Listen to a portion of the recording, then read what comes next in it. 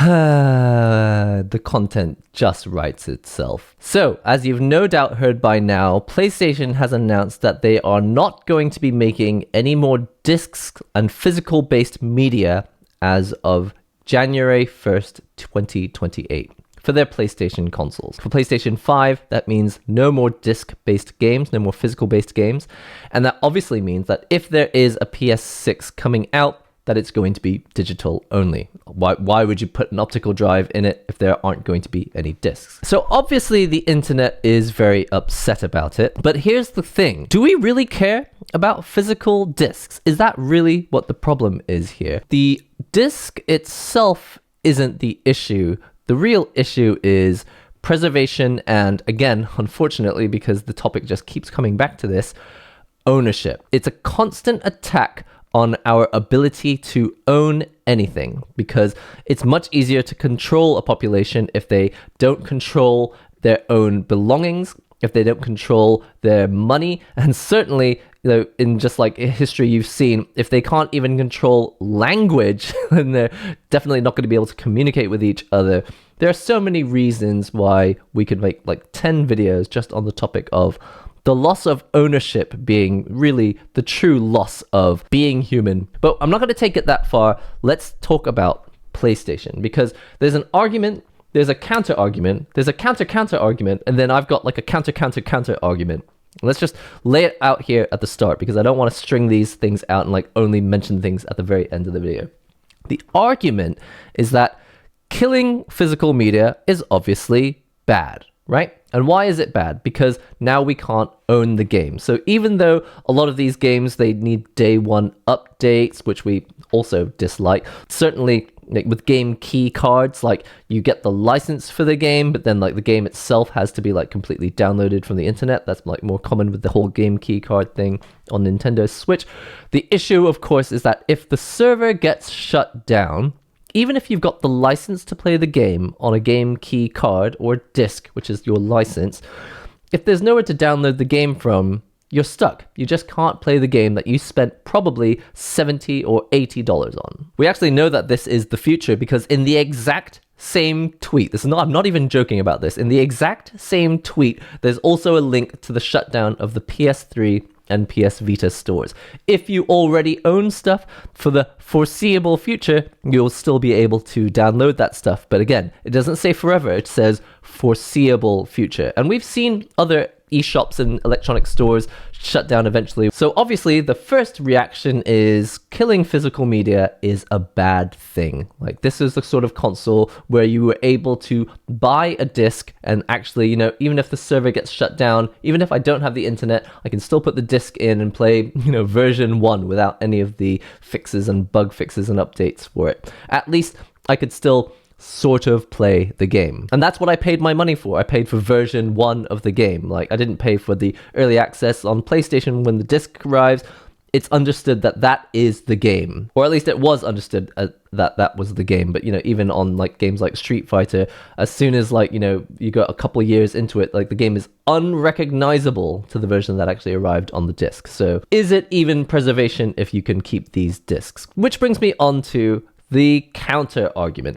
The counter argument is that, well, it's already been all digital on PC for a really long time, right? Why do we care so much about the loss of physical media when we haven't been using physical media on PC gaming for the longest time? And it's true, I haven't bought a CD-based video game on my PC since I bought Toho Project. What is it? Like the Enchantment of Scarlet Devil Witch? I can't remember. But I actually went out specifically and bought the CD version of that game in Akihabara off a shelf. You know, they still sold CD versions of these games. Obviously, I had to actually buy a CD-ROM drive so they could actually install the game. But the main argument is that we shouldn't care about physical media being cut off on PlayStation because we don't have physical media on PC.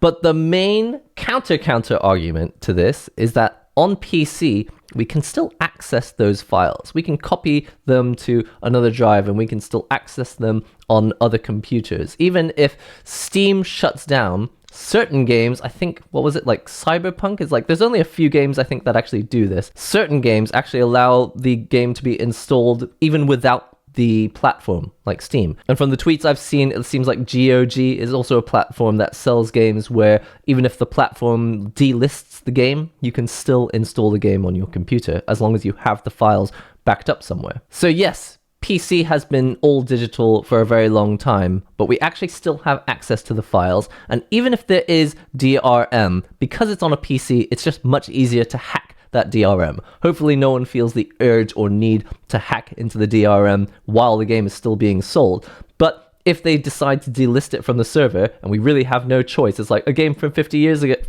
years ago, and we even 5 years ago, we don't have any way to actually pay money to buy it, even if we wanted to buy it again.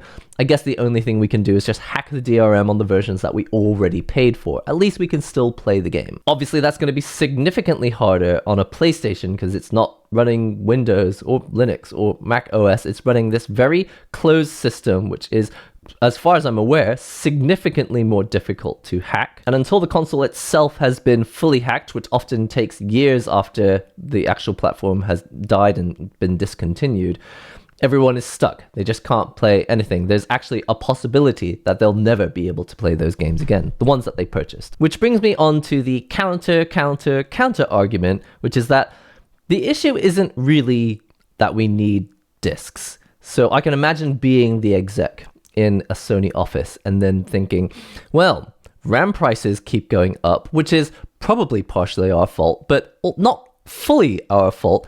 Either way, it means that the PlayStation 6 is going to be way more expensive, and we need to launch it soon, because if we keep selling PS5s at a loss, now we're going to be selling them at an even bigger loss. We need a new console and a new strategy so that we can increase the price on everyone. But we're not going to sell very many if it's over $1,000, because look what happened to the Steam machine. Even though they really had no choice but to sell it at that price, we can see now that no one wants to pay over a certain price for a console. It has that word console in it, so people are only going to want to spend a certain amount because they assume that we're going to subsidize the cost. Obviously, the console strategy is very different to the PC strategy. So I can imagine myself in that room where everyone is going, okay, well, we need to cut the costs somewhere. How about the optical drive? Honestly speaking, not as many people are buying their games on disc, although it is still happening. It's not happening as much, and it's really expensive. It's this physical thing which is prone to failure. If people are going to return their PlayStations, it's unlikely that the processor died. It's going to be that the mechanical spinning disc mechanism probably broke. We don't want to honor those warranties, and it costs us a lot of money to maintain these things. Why don't we just get rid of it? So I can see why they got rid of it, not that I agree with it. In essence, if you remove the optical drive, shouldn't it just be the same as a PC? And it comes back to that counter argument before, that on PC, it's not so much a problem because we have access to those files.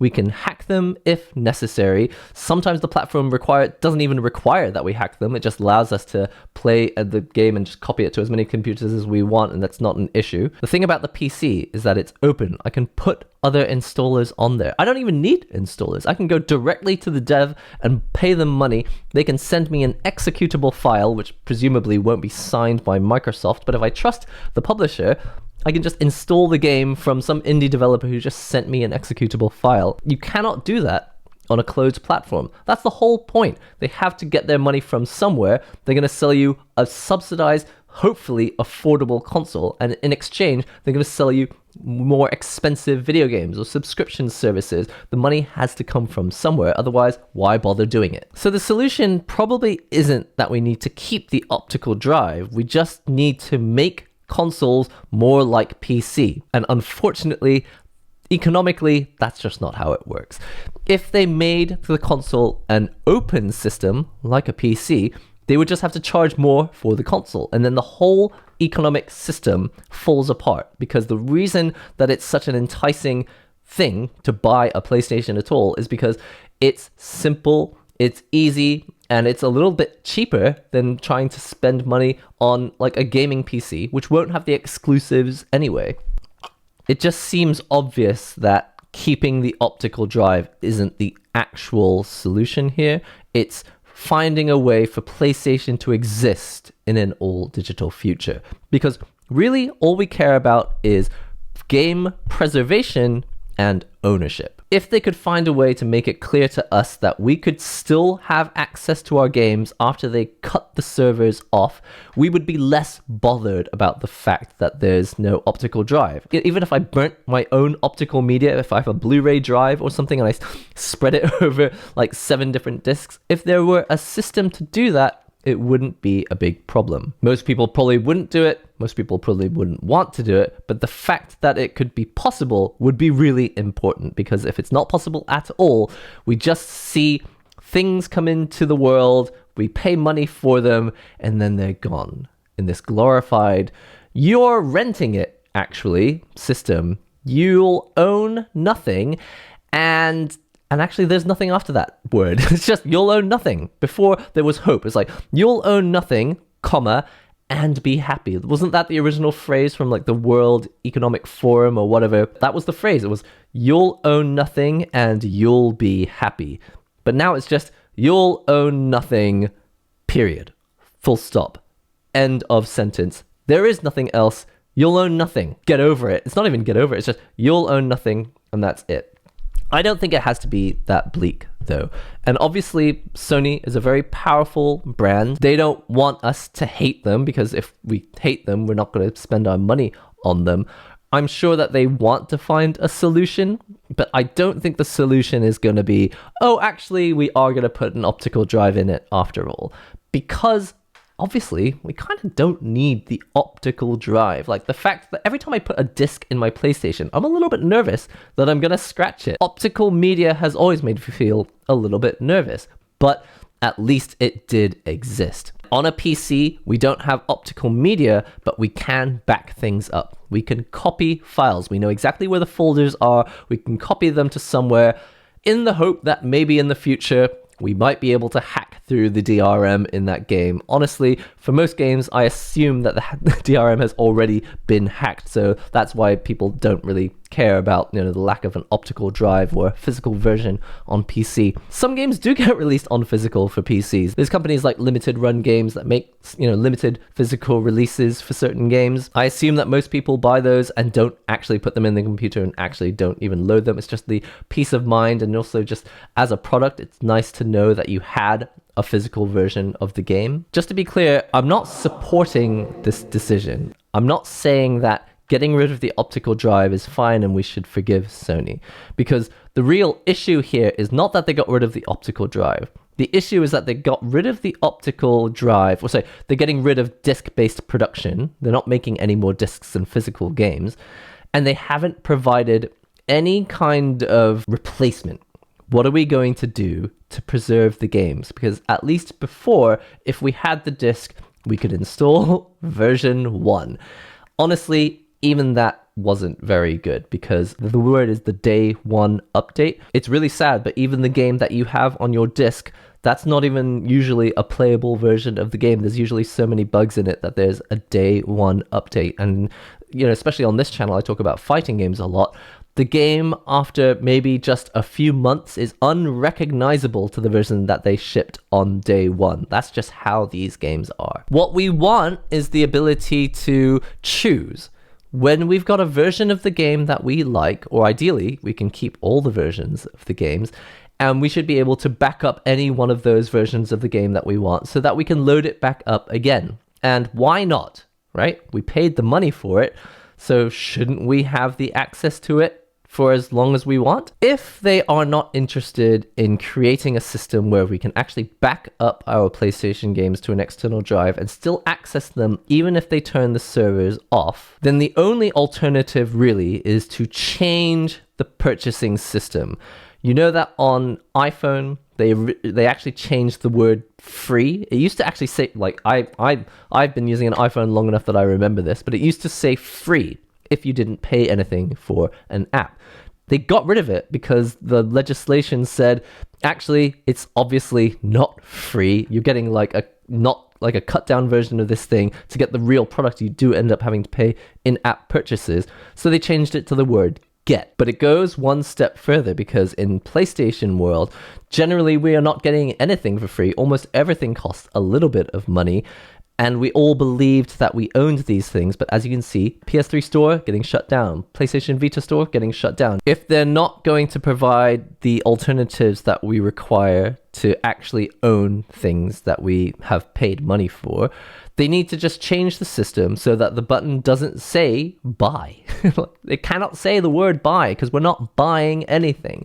It should say rent. I mean, if they want to promise that they can keep the servers up for the PS3 store, that we can always download our existing purchases forever, that's nice, but that's just a promise, right? Like, first of all, they could be sued for not withholding up that promise. But then also, what happens to that promise if the company goes under? I assume that a big company like Sony is never actually going to completely go under, fingers crossed. But if the company goes bankrupt and they can't afford to run these servers, that's another point of failure that you'll lose access to these games. Sometimes it's not even malicious. They don't even want to withhold the game from you. It's just that they don't exist anymore, so they can't have it run a server. The obvious solution is just let us download it. Just let us download it and keep it on our own hard drives. So all of this is to say that it would be very easy. The content really would write itself if I just made a video ranting on about how terrible this decision is. But as you can see, PlayStation's probably in a position where it's like, it actually makes no sense to have an optical drive in the PlayStation anymore.